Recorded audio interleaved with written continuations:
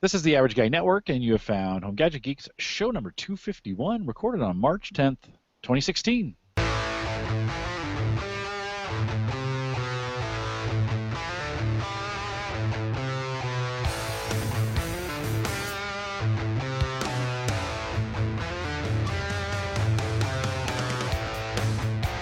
Here at Home Gadget Geeks, we cover all the favorite tech gadgets that find their way into your home. News, reviews, product updates, and conversation, all for the average tech guy. I'm your host, Jim Collison, broadcasting live from the AverageGuy.tv studios here in beautiful Bellevue, Nebraska. I mean, I cannot believe, Zach, like spring is here, my friend. I cannot believe how nice the weather is getting. If this is what global warming is all about, bring it on.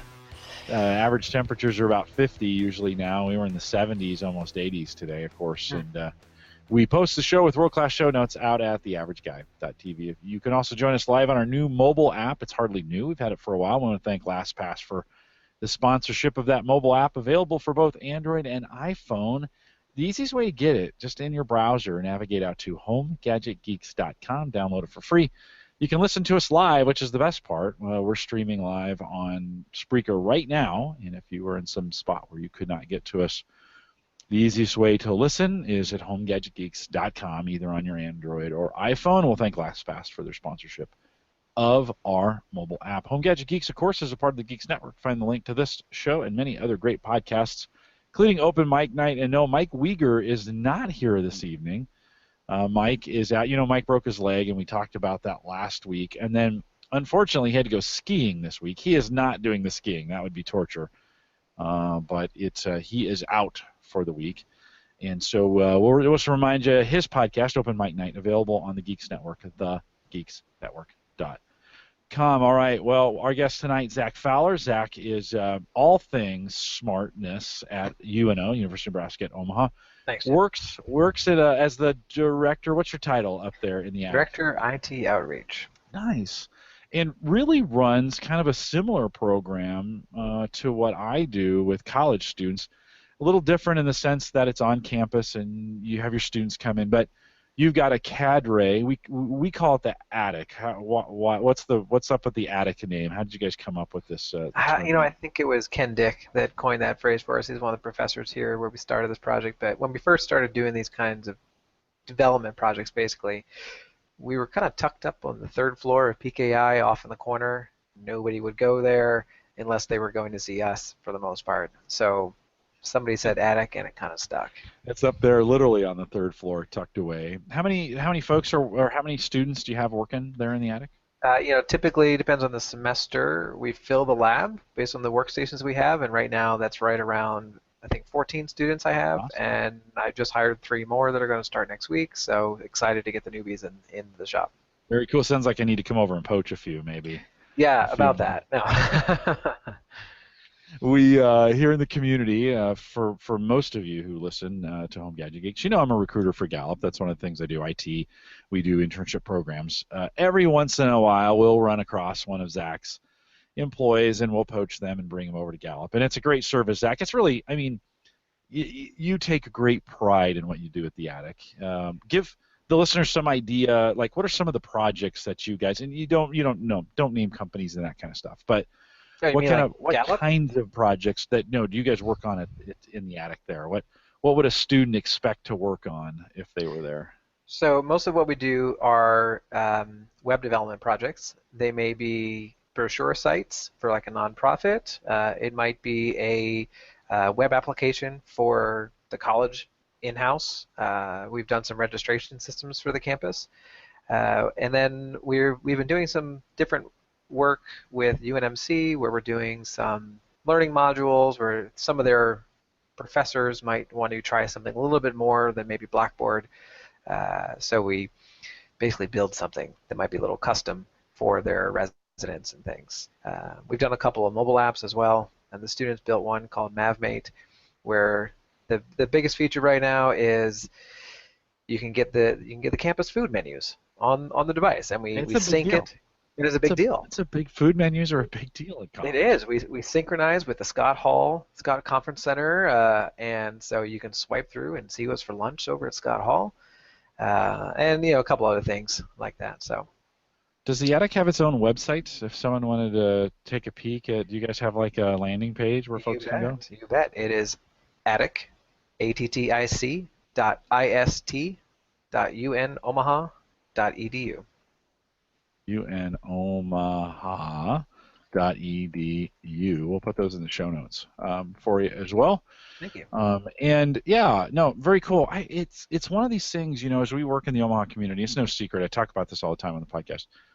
We are trying to develop students into software developers, right? And there's a huge need. The city of Omaha by itself, the last number I heard, we're short about 2,500 IT workers every single year here in the city of Omaha. Many of those get filled.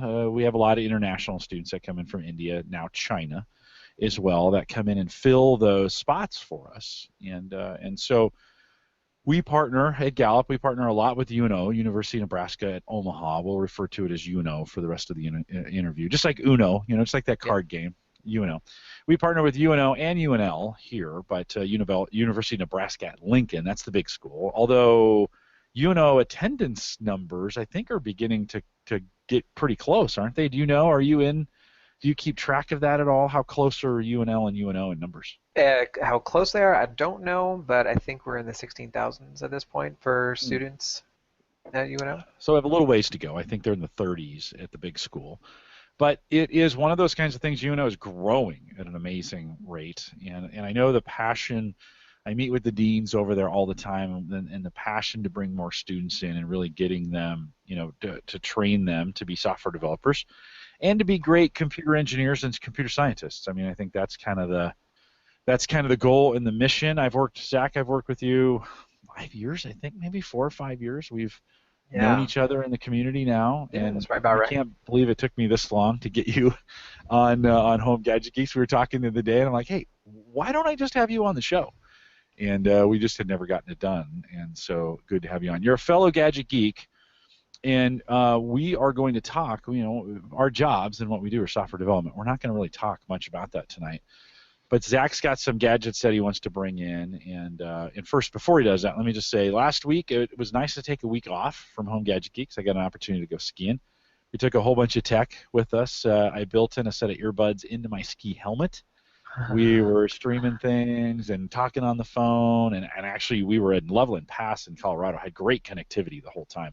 In fact, I got frustrated at one point as I was skiing because my phone, I was listening to Pandora, had a sweet 80s channel on, by the way, and it kept cutting, the notifications kept cutting the music in and out because of the notifications I was getting. It was the one time I kind of only wanted to listen to music, and I was getting too many alerts, on my phone, and I could have shut all that stuff off, but it was one of those kinds of things. I eventually shut down all the tech and just kind of listened to just kind of listen to nature. It was kind of nice. It's kind of nice to disconnect every once in a while. And so no show last week, and I encouraged many of you to do something analog and spend time with your family or do something different, get away from your computers. I hope you got a chance to do that, and it's always nice to get away on that.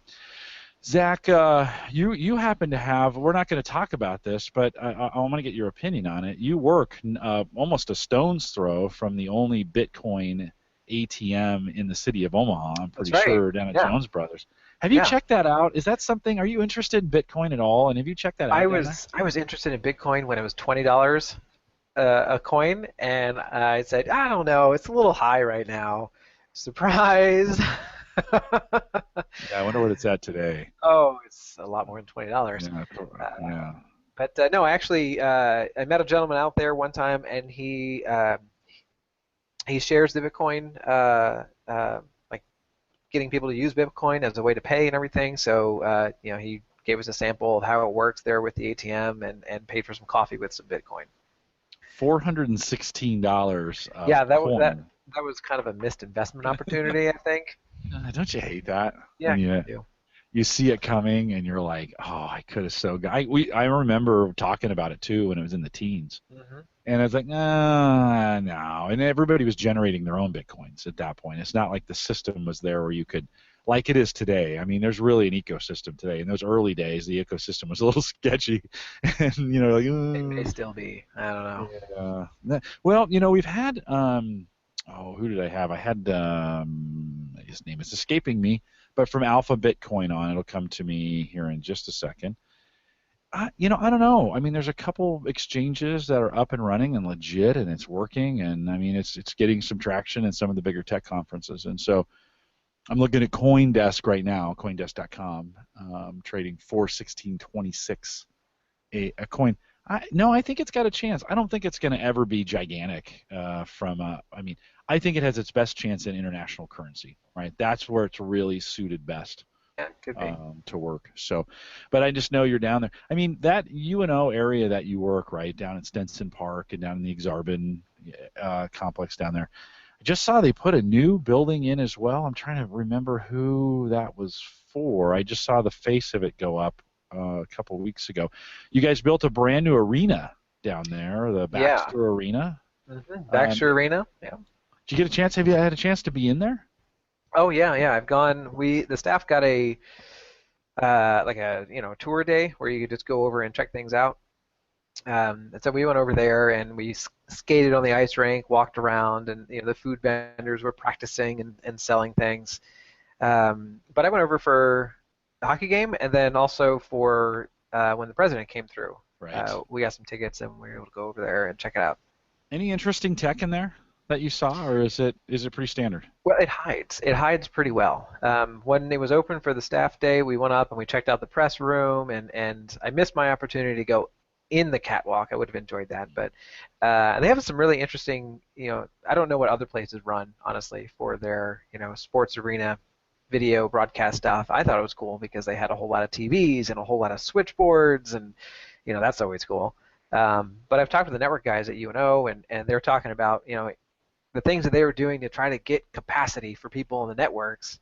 And from what I understand, there may be some boxes under some seats instead of up in the ceilings, so you have better coverage here and there. Closer, just proximity, closer, just closer yeah. than all the way up there. Yep, so you're sitting on, a radio box. Otherwise, you don't. It's there. It's fancy, and the screens are great, and they're very good high definition screens. But otherwise, the technology kind of hides in a good way. Mm-hmm. Now they have an app that somebody built for the experience, the MAV experience or something, and I didn't get to check it out while I was there for the game, but I understand that's supposed to be kind of from here to your seat. Where's the food and specials, I guess, that kind of stuff. Yeah, I think augmented reality is its best chance in that kind of situation. Like you're in a new arena and you want to, it can say, hey, what do you want? You want corn dogs? You want this? You want that? A burger? Whatever? And an arrow pops up, right? And it just leads you right to the spot in the stadium, maybe where it is, or to give you ads throughout. Hey, we're running specials. Those kinds of things. During an event. So very cool that arena is down there. I can't believe, we've been in Omaha for 30 years, and that was just a dive. And that area has really come to life. Yeah, I think one of the restaurants on the corner was featured on, like, Dives and diners or something like that. Dives and diners. Could have been. It's a beautiful park. I mean, they have really done a nice job of a mixed, we bring our interns in, our technology interns, we house them there at Scott Village. And they have access to really cool movie theaters, a Walmart that's just down the street.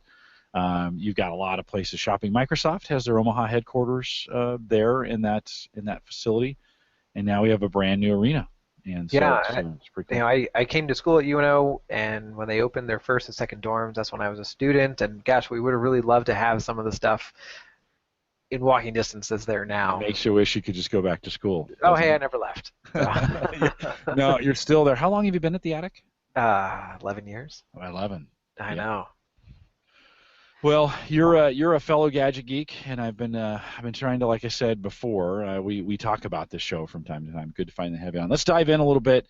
Well, one of the things that you showed me the time, we try to get together once a quarter just to kind of catch up on what's going on. Yeah, we should do that again. Soon. I know. Grab a beer down at DJ's, and and then so you showed me this new coin, kind of all in one, get all your cards in one. So I can talk about it a little bit about it. The website's onlycoin.com, and some good and bad stuff. So let's talk a little bit about it. Sure, sure. So I got, I think I heard about it on like a Twitter blast where people were talking about this new device, come out and get your credit card all in one device, and I ended up getting one. It's credit card size, and it uses a combination of really small tech, and I got on the waiting list, and it took them way longer than I thought to actually ship them. So, you do a Kickstarter campaign like this. I think I got it for $50, and so I'm like, okay, we'll see. Finally, so long after a long wait, I think the company learned how to manage PR a little bit more after they made some mistakes. Learned by doing. So I got the device and have been trying it out. It's like I said, size of a credit card. It has a regular magnetic strip on the back, and I've got my name on it and my signature, which of course you can't see that great, but that's good. Um, and on the front, though, it has kind of an e-ink display where you can push the button and cycle through the cards that you load onto the device. So I've got two magnetic stripe cards on there, and it's supposedly fully compatible with any card that can be swiped.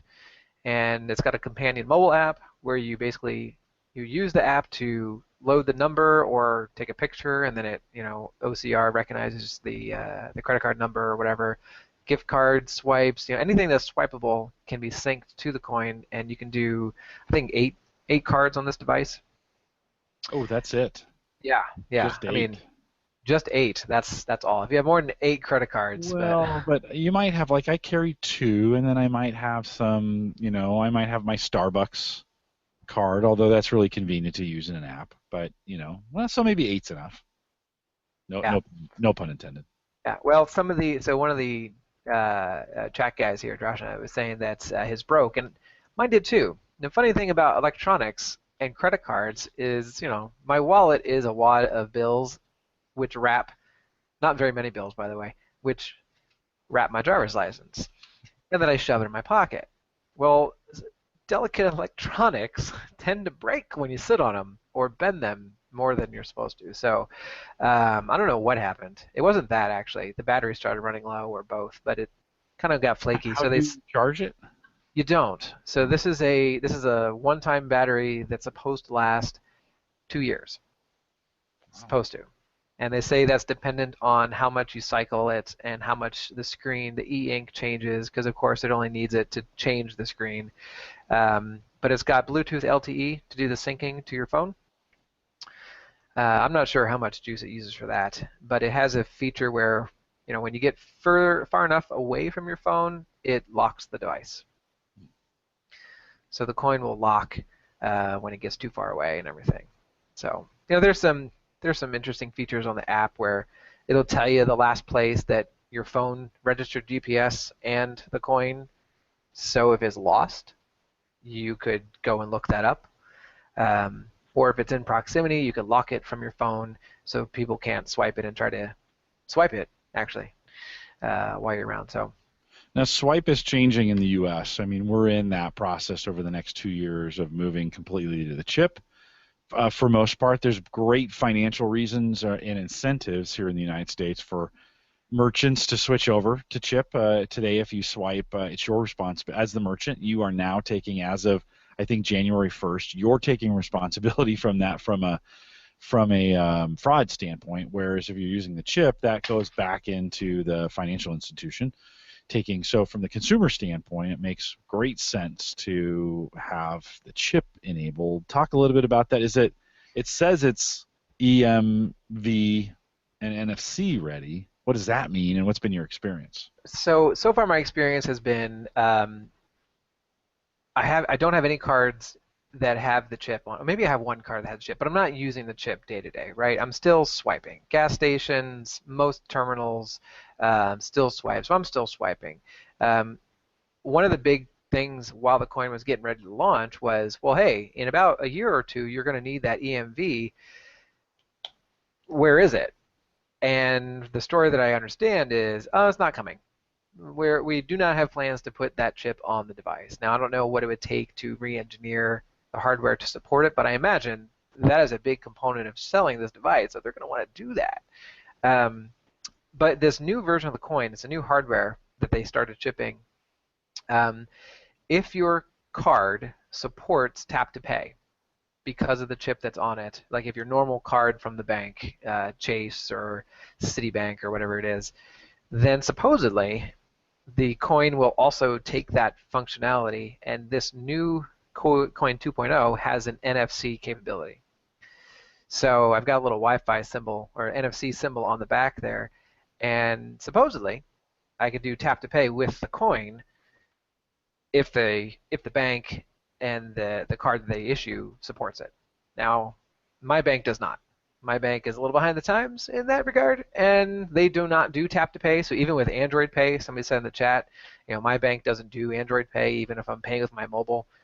But if I did have tap to pay on one of my credit cards, supposedly it would work. Unfortunately, I haven't had a chance to try it. Because it's not working? Well, because my bank card doesn't do the NFC tap to pay anyway.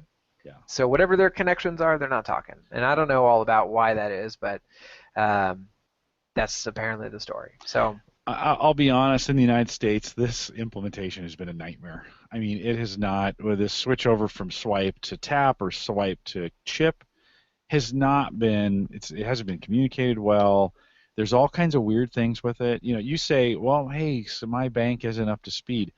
There's a lot of places that aren't keeping up, right? And what the rules said is, hey, the onus of responsibility for liability will end on this date. And a lot of merchants have said, you know what, I'm willing to deal with it. Right? So, okay, Chinese food restaurants, we're talking about, $10 transactions or whatever, right? $30 transactions. Hey, I'm not going to spend a bunch of money right now to put all this expensive equipment in to make it work.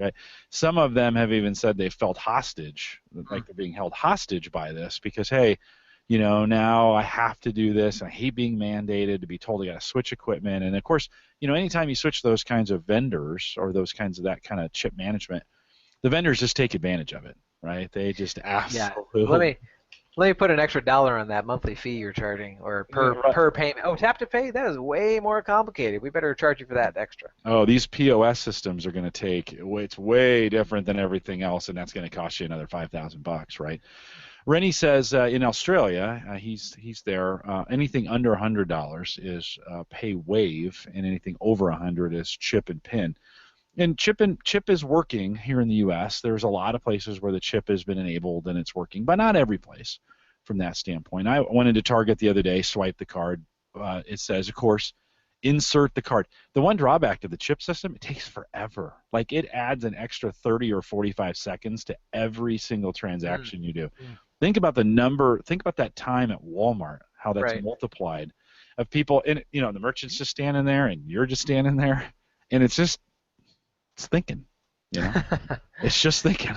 And everybody's looking at each other uncomfortably. Like, what's it, kind of thing. And so it has not been great. The chip. Now I imagine 2 years from now, it'll be better, right? Everybody will have switched and we'll work out the kinks and we'll get it going. But it's just a nightmare here in the U.S. I can't. You go some places and some of the the Targets and the Walmarts and some of the big box stores are making it work. And then I don't know about you, NFC, like what NFC? That's some people have bought into it, others have not. It's the Apple Pay is kind of there, but it's not. I don't know. What are your thoughts on that? Oh, I loved it. I actually was a very early adopter with the NFC tap to pay on Verizon's network. So I don't even remember how it happened, but I was scanning the apps that Verizon wants to give you when you go to the App Store. I'm on Android, and I saw this new app. It said like Verizon or like what was it called? It was purple. It was called ISIS. It was actually called ISIS. They actually switched their name during all the ISIS stuff. But it was called ISIS. That's awesome. But so you had to go to Verizon. You had to get a new SIM card that was encrypted or something. But then this ISIS software hooked you up to like an American Express, Express Pay, whatever. So it's kind of like a third-party bank. You preload it with money, and then you tap to pay. It worked great. I was tapping to pay my Christmas presents for my nephews at Toys R Us, and they were doing rewards to try to do adoption and everything. Put the phone on the terminal, tap to pay, and I was kind of freaking out a lot of the cashiers because they hadn't seen it. They're like, "Well, what is this? This is cool." So that was working really good. So I had a card that accepted tap to pay, and then the app worked with the phone. But then Google said, Google Wallet, and Verizon said, "Huh, what are we going to do?" Long story short, ISIS/soft card does not exist anymore. So I don't have that American Express serve. And again, my bank doesn't do tap to pay cards for anything except Apple. So I'm kind of out of luck. But I did do tap to pay, and I did enjoy it. And every once in a while, I'll try putting my phone on like the gas station pumps, and those are the ones that actually worked the best. Yeah. Where the come and goes, and the gas, you just drop it on the terminal and it worked. So Yeah. supposedly, if my card would ever support tap to pay, I could do that with a coin. We shall see. Yeah. It's still messy. It is messy, but I enjoyed it. I did like it. So. Yeah. I have yet. There's some chat in the chat room. Or there's some talk in the chat room. Yeah, we've invoked the NSA from this standpoint. So here in the United States, at least it's been my experience, is we've gone to merchants that are requiring the chip that you swipe, and then it says insert chip, and so, your card is chipped. Insert that. So you insert it, and I literally stand there for 15 or 20 seconds waiting for that thing. It flashes, flashes, flashes, flashes. Then it finally, you look at each other, you look at the merchant, hey, how's it going? Nice shirt, whatever. And then it eventually kicks over and says, okay, transaction done. You pull that card out. That's a really slow process. Every time I've had to insert a chip, it's been a slow process. Now, tap to pay is a different story. Those have been working a lot faster when we think about going in and doing the tap and that kind of thing. I'd say it's comparable to a swipe. Oh yeah. Yeah, in a lot of cases, and then a lot of merchants are doing a lot of things with dollar amounts to make that, under 30 or some of those kinds of things. They're not even authenticating. In a lot of cases, it's just automatically going through. They're collecting your information so they can find you again, but a lot of times they're not. At least the ones we're working with, we're not even messing with. So it's kind of messy. The implementation it was funny. Panera was one of the first ones to replace all their, and then they would tape over because they weren't ready yet. So they would tape over and then people would try and jam those tap to tape, try to jam them in with the tape, and I know it should work, and I know it should have been good, but it has not. It has not been a good system. And now, so you think about that. I'm gonna go buy some gas. Mm-hmm. You got all these different options. Well, how does the coin handle whenever I make an online transaction and it wants that number, that 3-digit number off the card? Yeah. How's it handling that part? Well, remember, a coin is just the physical replacement of the card. So online transactions, you're still doing, whatever you want. In the app that you get with the coin, you put in all of your data into the app.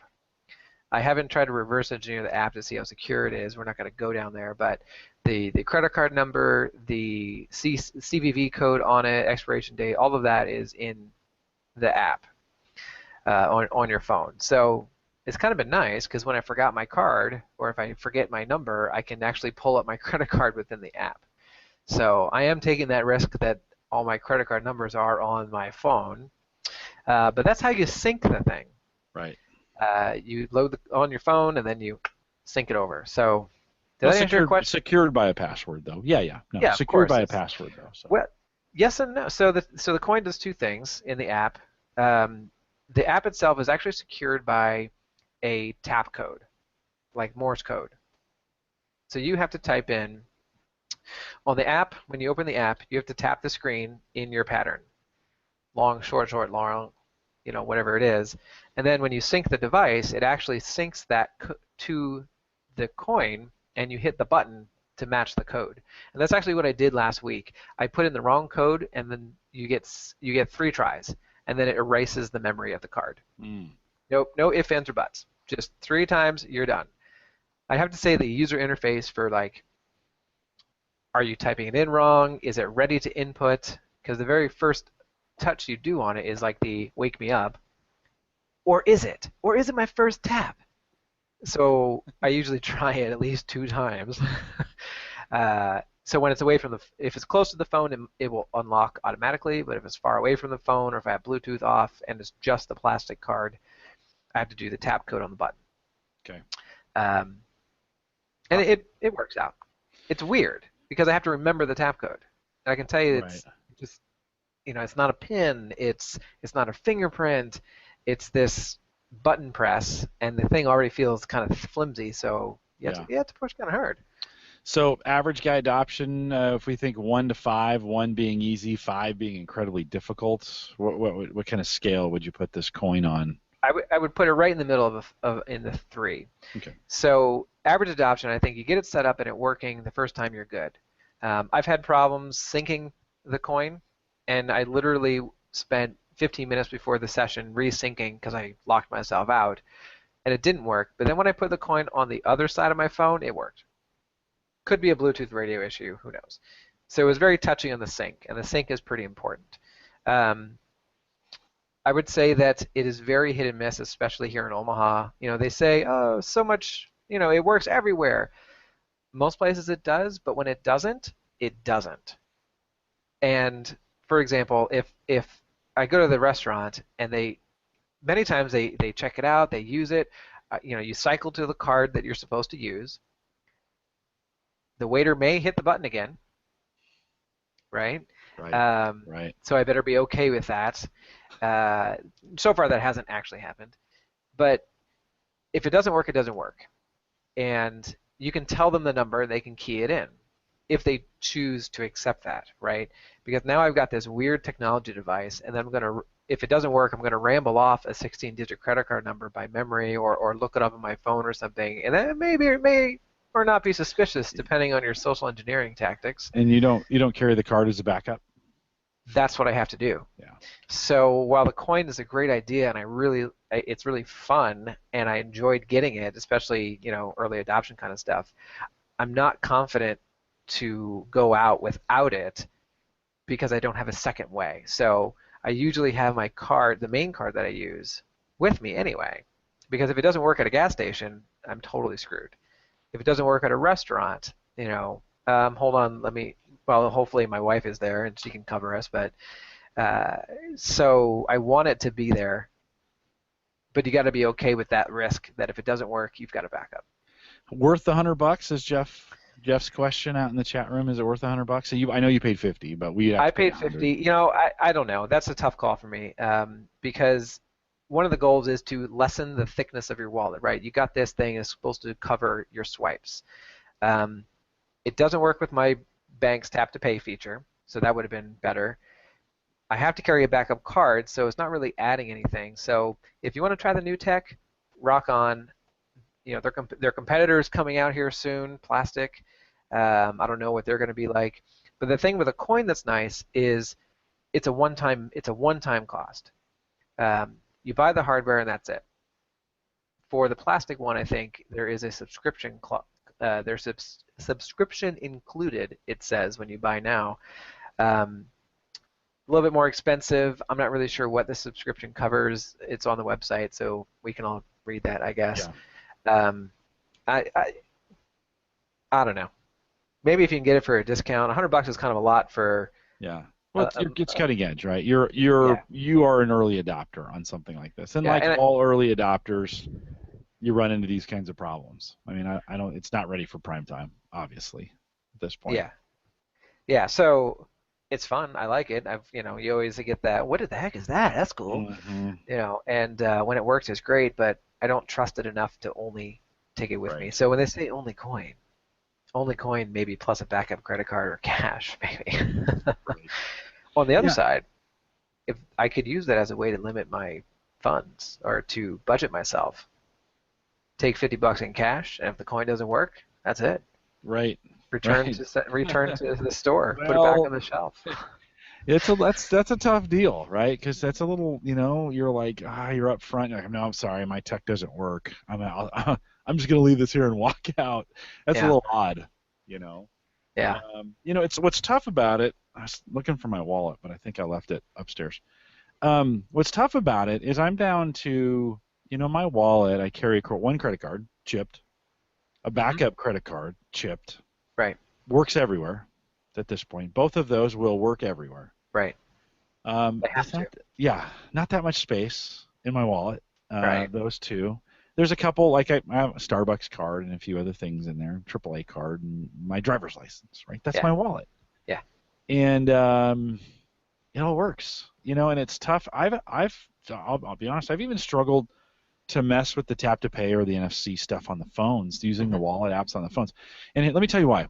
I know when you travel, right? And you can get these, you can get your tickets right on here and drop them into your wallet or drop them into your passport, depending on what you're using. Inevitably, you go up there, like you're gonna put that thing down for the guy, for the TSA. The screen turns off. Yeah. Yep. All right, pick it back up. You need to up the brightness. Exactly, right. Yeah. And then, all right, so you get through, and then you go up there. You're going to show it to the, United or Southwest, whatever. You go to get it, inevitably, screen goes off, right? And hold on. And then we were getting on the plane the other day, and some gal was like, "Hold on, I know, I can't find it," and she's frantically going through her phone, and the steward or the who's at the gate taking it. Yeah. It's like, hey, we could go print you a paper one if that, kind of deal.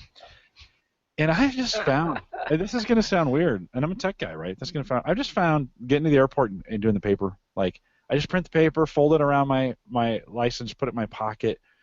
Super easier way to go through and get it all done. You go to Southwest, you just hand it to them, you walk on the plane. That way you're still texting, hand them the paper, and you're good. Yeah. You're still checking email as you're walking in, right? So now listen. I'm going to get hate mail on this one. I know for sure. It's like, oh, Jim, how dare you? This technology works great. I don't think it does. And I mean, there's some areas it's great. So, I love like checking in on my phone for the flight, so with the apps and those kinds of things. But at the airport, there's so many stressful things. It's just like when you're going through these transactions at the store. I just want the thing to work. Right. Like I don't want to log in and fire it up and make it work and tap it. Oh, hold on. Oh, wait a minute. I'm not ready. How many My times? Technology is not ready for you. Yeah. Well, oh, wait a minute. Hold on. I've done that at the store where I'm trying to buy something and they're like, oh, I want to use, can I use this? Oh, hold on. Then they got to set something up to get ready, and then you're just like, the card just works. So it's one of those kinds of things. I love it. However, that being said, I think there's some really cool things coming when we think about the consolidation of this stuff. I don't think this is the solution, by the way. I don't think what you have is the solution, but together, those two together will bring something really cool. We'll have to iterate on this a whole bunch before it really gets good. I could see, tap to pay on the smartwatches as an option. If the NFC is going to end up being as well, if it works as well as I hope it will, that could be an option. I don't know. There's you're right. I think there's definitely a disruption in the how to pay, not just where your money is. It needs time, though, I think is what. Drashna put in there, he put in the link to Plastc, and he just says Plastc is full EMV as well, works with chip and pin where Coin doesn't. So, Drashna, can you put the subscription? I guess we can look that up. Oh, that's actually good. That's right. Drashna just pushed out a link. Coin they have announced partnerships with MasterCard and Visa, and there's a developer kit to do more with wearable payment devices. That's all I know. Huh. I was on the email list. Yeah, what does that mean? Wearable payment devices? Yeah. I don't. Watches, maybe earrings for one for this card and one for this card. I don't know. Yeah. Well, it's interesting stuff. I think it's early days. So these are 8088 machines from 1984 as computers, and we still have a long way to go before this market matures. I believe. I think at least here in the United States, I think we got to get merchants to be a little more savvy with what we're doing. There's huge expenses associated with this. Changing your point of sale systems over is not cheap, and getting all those systems set up. Drashna was mentioning earlier in chat, the reason it's so slow on the chip side is because they're using maybe outdated communication systems that are slow based on the old credit card systems, which the new chip is sending more data, so that means there's more latency built into the system. They need to update their communication systems to handle more of the data. So it's one of those kinds of things that I think we've got a ways to go. Maybe 5 years from now, we'll be having this conversation again, and we'll have figured out a way to get it done, and it will be awesome. Today, as a consumer and as a tech guy, it's just easier to use a card.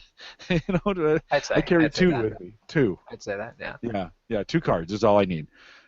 Chase card, Bank of America, one backs up the other, and if I do get in a bind, one doesn't work, I can use the other. Oh, the other cards I carry one for the credit union that I work, that I'm at there for Gallup, and one for our Bank of the West accounts that is there. So 4 cards in the wallet, and that seems to work out pretty well. Any other thoughts on that before we move on? You just, when you see this stuff, you want it to work really good. Oh, you do. And super stoked, but it's good. I don't regret trying it out by any means. No, we need early adopters. Thanks for taking the brunt for us, both on the Kickstarter and on the usage of it. We do need that, right? If nobody's doing these things, we never learn anything from it. And unfortunately, I think of all the things we've tried that were broken that got better because people gave feedback, because people did things. But that absolutely needs to work. One of the products that maybe is working really well right out of the gate, without a doubt, it's this crazy Amazon Echo. I was talking about it with you in pre-show. We won't spend much time talking about it, but that thing has worked out of the gate and has been pretty cool. It's one of those technologies I don't hear a lot of. Yeah, search doesn't work great on it, but I haven't heard a lot of. Besides that, I haven't heard a lot more around that. Hey, you had another little device. This is kind of interesting because this is one of those stories of failure when we think about a device that could have been so good, right, but wasn't. Show us that. So let me backstory it a little bit. So our house sometimes has water issues, as many houses do, but it's required us to tear the floor up at least once. And we are stressed like crazy about water.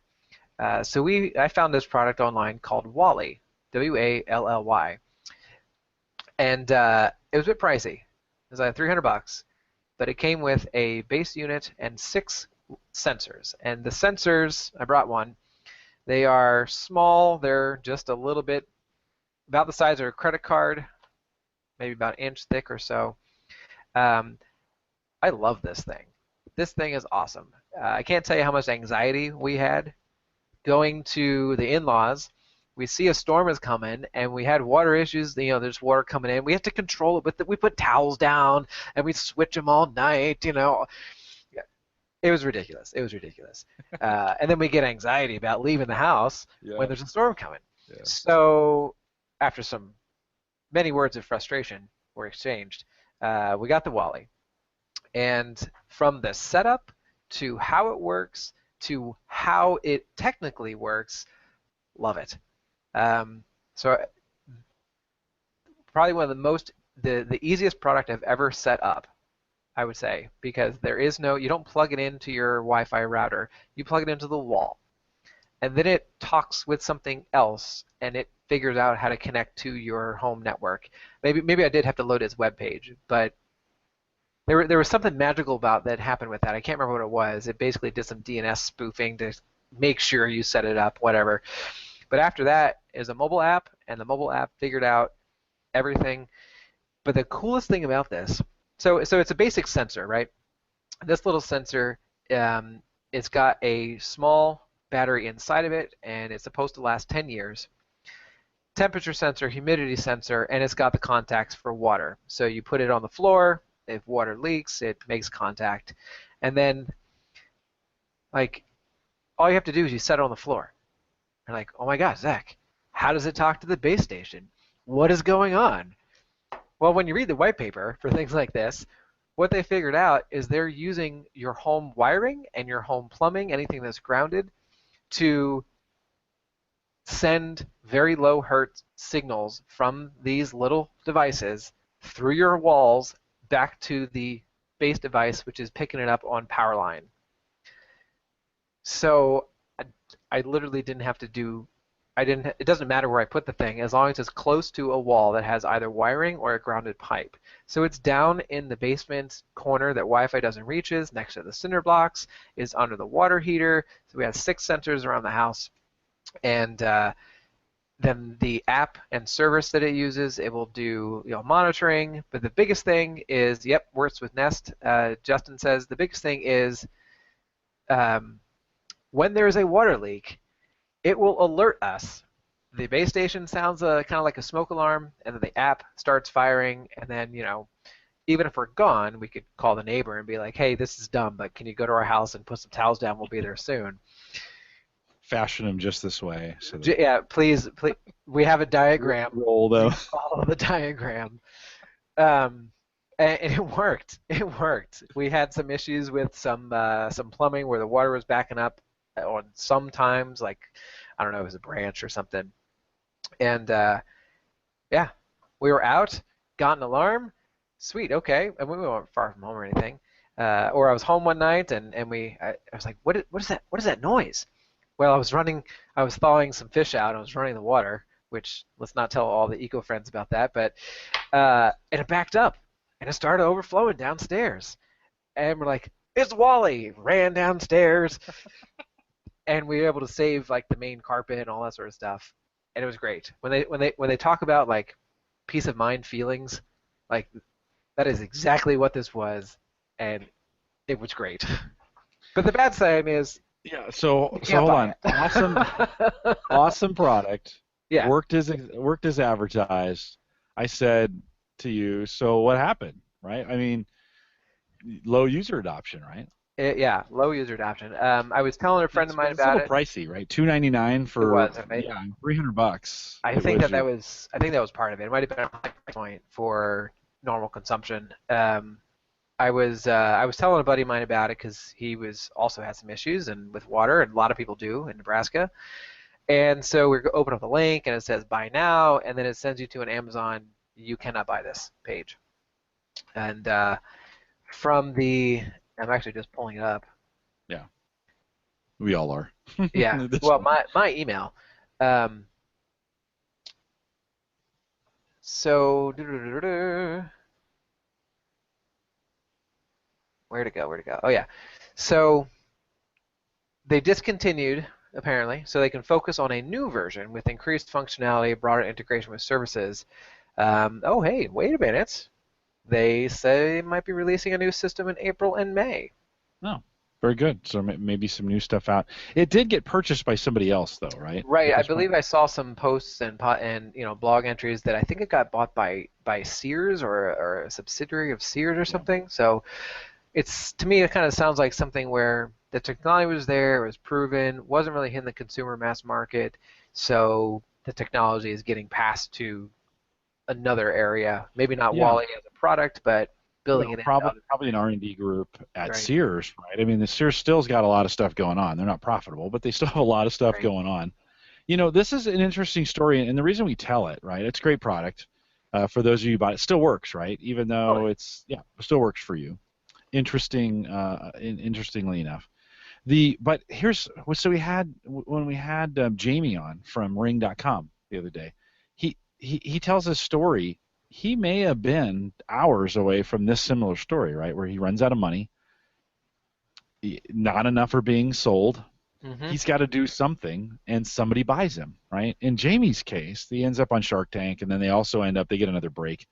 Sales, hockey, do the hockey stick, and he's in the clear. It's really interesting. We could be having if these guys here at Wally would have gotten one break, Right. they could have been successful, right? If they had somebody pick it up or something happen. I mean, because this is cool. Like you said, one, it works. Two, it works with the Nest, so there's some additional.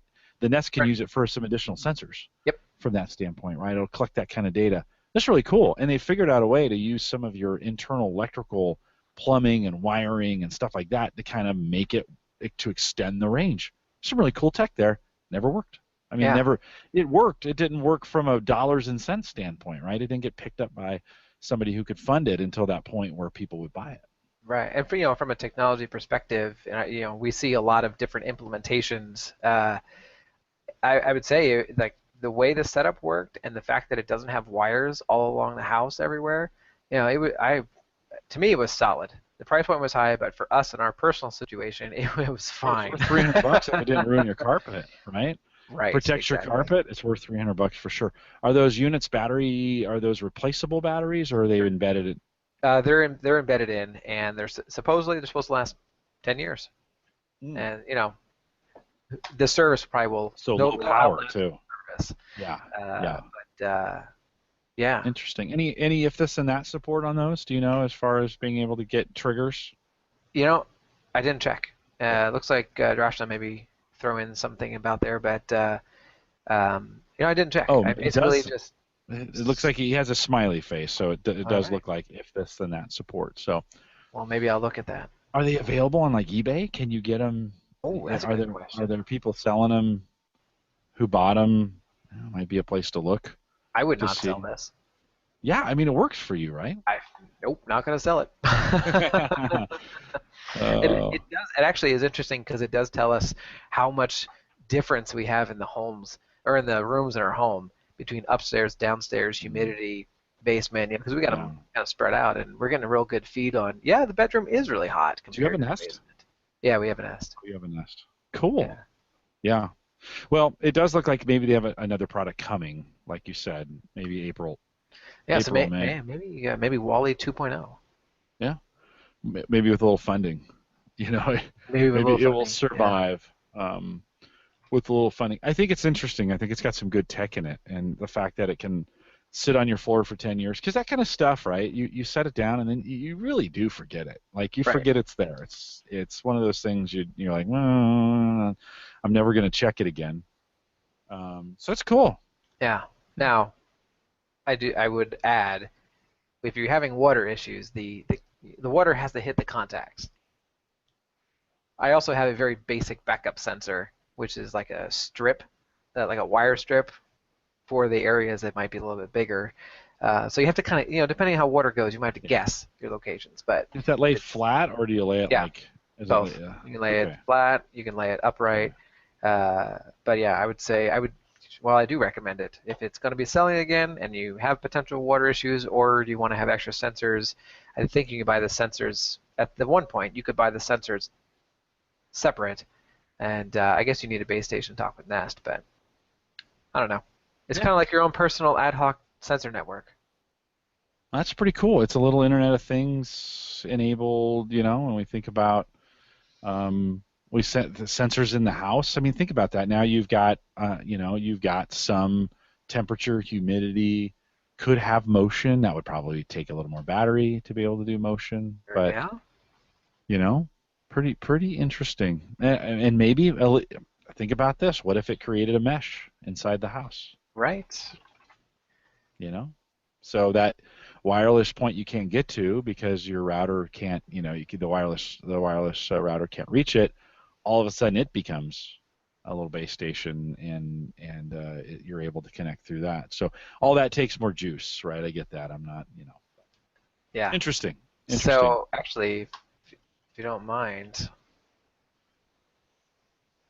I don't know if you can you does this Yeah, does my no, screen show it's up on great. Yep, your yep. Oh deal? yeah. Oh, This is the back end of the Wally home, and it's talking to Nest, and we can go in and look at trends and temperatures for each of the different sensors. Now, no, now I'm wondering why it's not picking up on all the times, but uh, there we go. are there some recipes in there that have already been done? For the if this and that, Yeah. haven't looked. This is just the admin for the Oh, you Wally know what? itself. We only see the if this then that page. Oh, because I'm on the wrong Yeah, screen. there There we we go. go. Try Awesome. that. Thank you. Thank you. There we go. So sensors down the side here, and let's see. So you can see we get Nice. Some average temperature temperatures and all. thresholds in there. If it gets below a certain, I mean, that'd be great near a pipe that, if Hmm. this area is going to get below, 22 degrees or 20 degrees, let's say, Fahrenheit, well, that pipe's probably going to freeze. So I want to know if this area is getting too cold. It reminds me a lot of SNMP traps that you might use like in facilities planning, where you have the door open or the temperature of your servers running. It seems some of the data is coming through in kind of a similar format when it does event management, acknowledging the event, silencing the event. You know, it reminds me of some of those SNMP traps. Yeah. Look at the wild fluctuation in humidity. Yeah, that's the winter. It's a winter in Nebraska. Yeah. Yeah. Or your water heater down in that area, that's 44%, and yet you're seeing some highs of 59% in the basement storage room. Is that a wetter room at 59%? Do you typically have water problems in that room, and is that humidity being driven up by the presence of water? I hope not. The alarm's not going off. Yeah.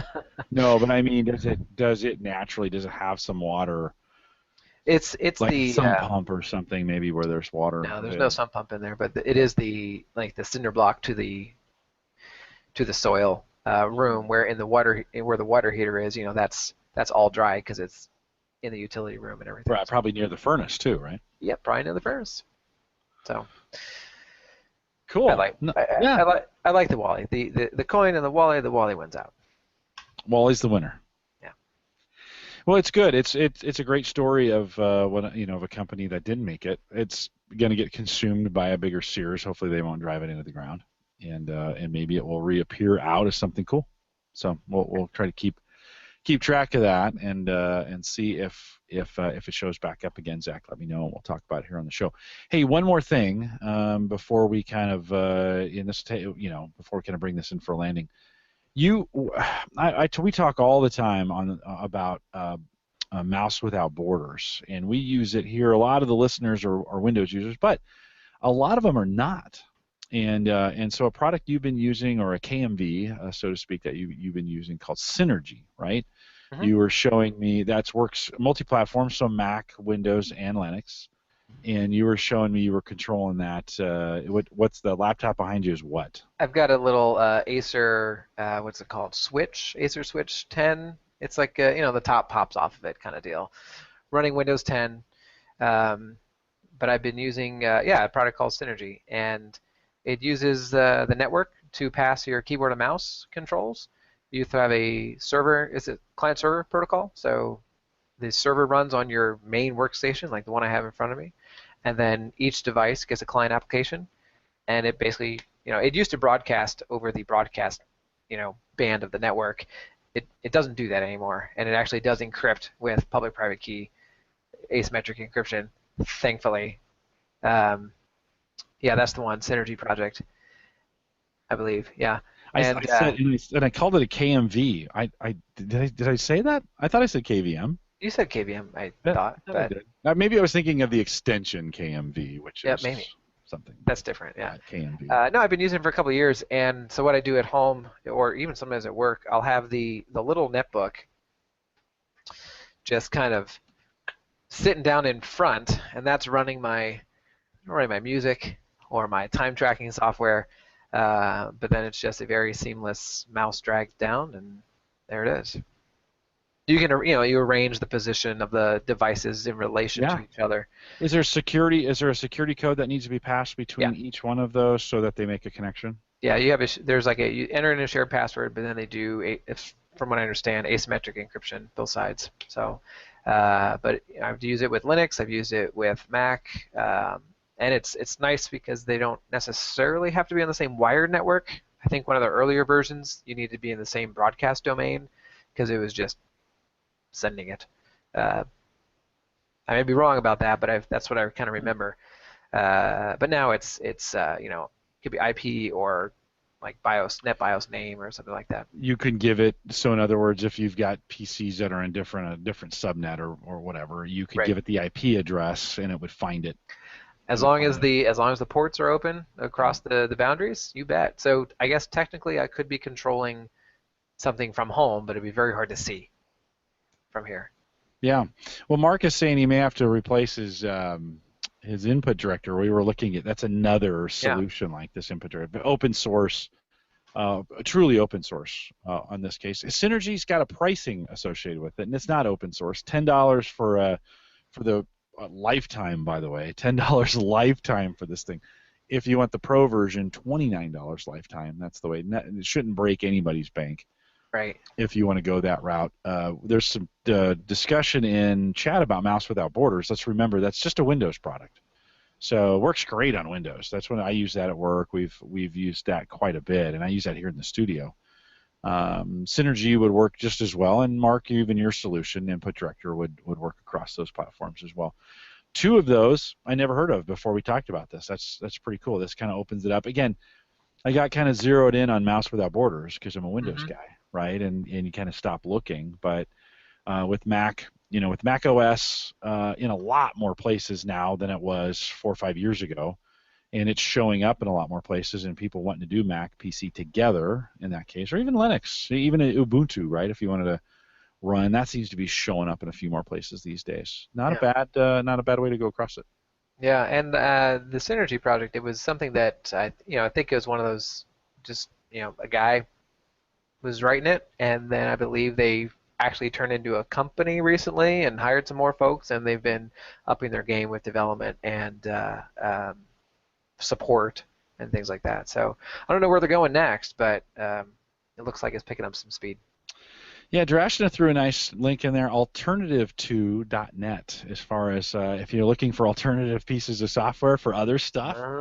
Good way to keep up. He reminds me, never stop looking. Well, you can't. There's only so many hours in the day, and with a pretty busy full-time job, sometimes I have to stop looking. But it's good. That's why we do the podcast, right? This is why I do this, is because it's a great way for me to learn as well as you. Out there to pick up new things. I hear all the time, oh, I never even knew about this, and this stuff we take for granted we take for granted all the time, and yet pretty cool. Yeah, so Justin says this would be a good use with a Kangaroo PC. We looked at those. Have you seen the Kangaroos? They're little.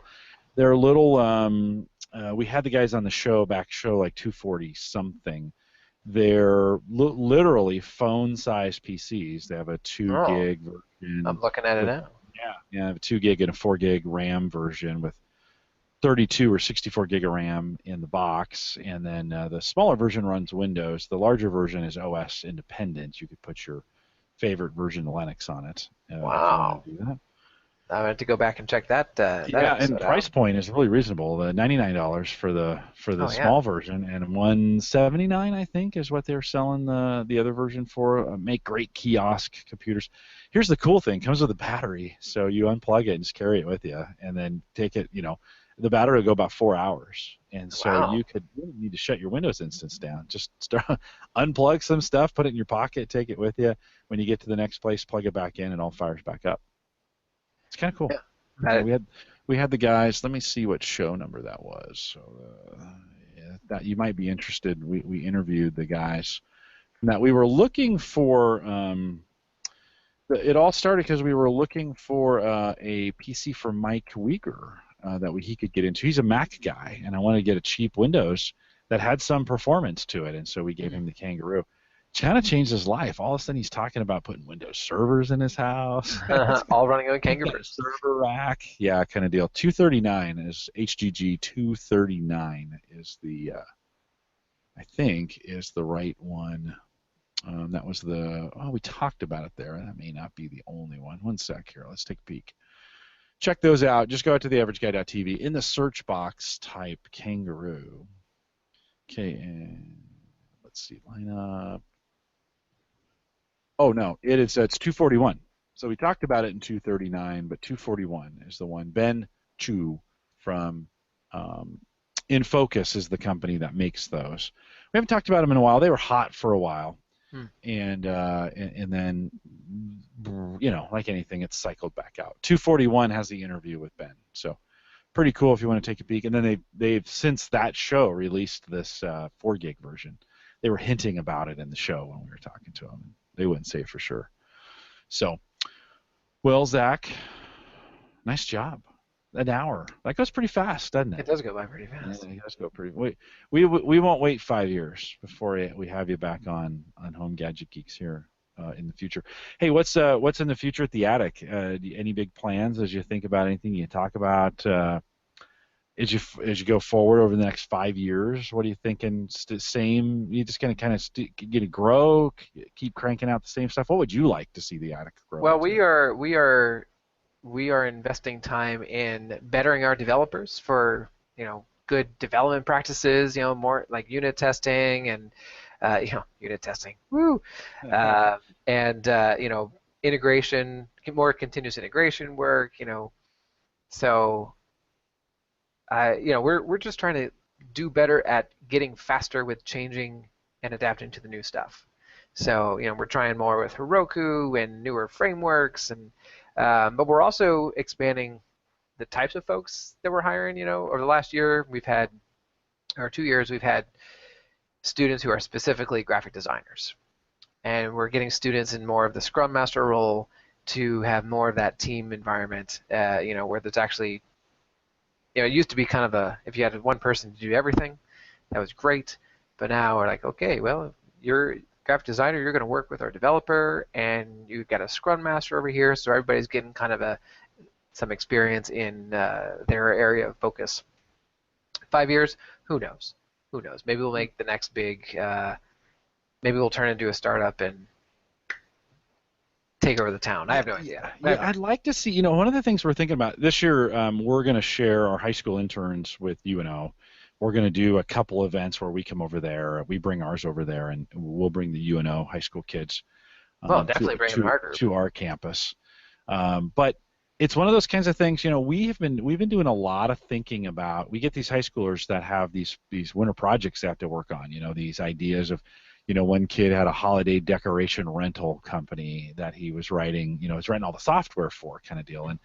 And one kid wrote a really simple budgeting program, and one did kind of a notes program where you could, put notes in there. And all that stuff's been done before, but, we're trying to get them kind of working on things and thinking about stuff. You never know what kind of good ideas are going to come out of it. And one of the things, and the reason PKI, the Peter Kiewit Institute, that you're a part of there, the building that you're in, one of the original ideas of the Peter Kiewit Institute is that it would be an incubator for startups in the Omaha area. And it's had, I think, limited success in getting some of that done. Omaha's not necessarily the center of startup, although over the last year it's exploded between Des Moines, Omaha, and Kansas City.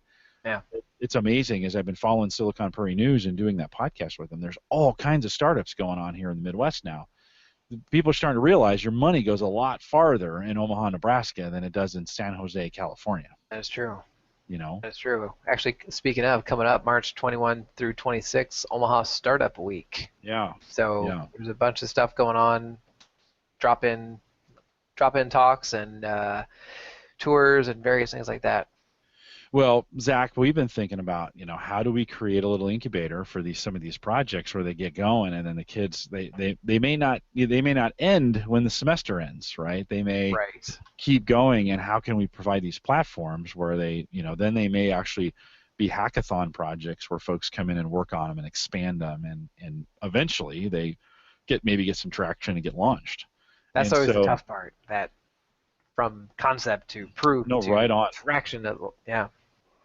Yeah, it's the hard part, and sometimes these kids, as we've been working with them, they just don't have any idea how to do it. And so I think those are some areas where we can continue to partner together on as we work on some. You and I get enterprise focused, but we've got these great startup ideas going on right under our nose. They're both at UNO and at Gallup, so it's always great working with you. So thanks for taking a few minutes to jump on Home Gadget Geeks. That was fun. It's good, isn't it? Yeah, we get to talk about good stuff and learn a whole bunch of new things from these. Why I do it all the time, right? Yeah, I guess so. Hey, maybe there needs to be an attic podcast. Oh yeah, we'll just have to find somebody to do that. Hey, you get busy? I got enough to do. As we wrap this up, I'll remind everybody, if you have questions, comments, or contributions, of course, you can send me an email, jim@theaverageguy.tv. Track me down on Twitter. Many of you have at Collison. We'll let you know that the AverageGuy.tv platform, both web and media hosting, powered by Maple Grove Partners, gets secure, reliable, high-speed hosting from people you know and trust, and of course, that's Christian. For more information, we'd ask you to go out and visit Maple Grove Partners, all one word, maplegrovepartners.com, and for as little as $10 a month, you can get a WordPress optimized and a podcasting optimized platform out there. works really well. So if you're thinking of starting, Zach, if you guys are ever thinking of starting a podcast, you should consider That's the way to go. Okay. Maple Grove Partners. We'll thank Roger over at WLMN Radio for we do some terrestrial broadcasting of this signal. This show goes out over radio in Grafton, Really? West Virginia. Yeah, it's pretty crazy that it started as a podcast and now it's going out every weekday 9 a.m. Eastern to 9 to 10.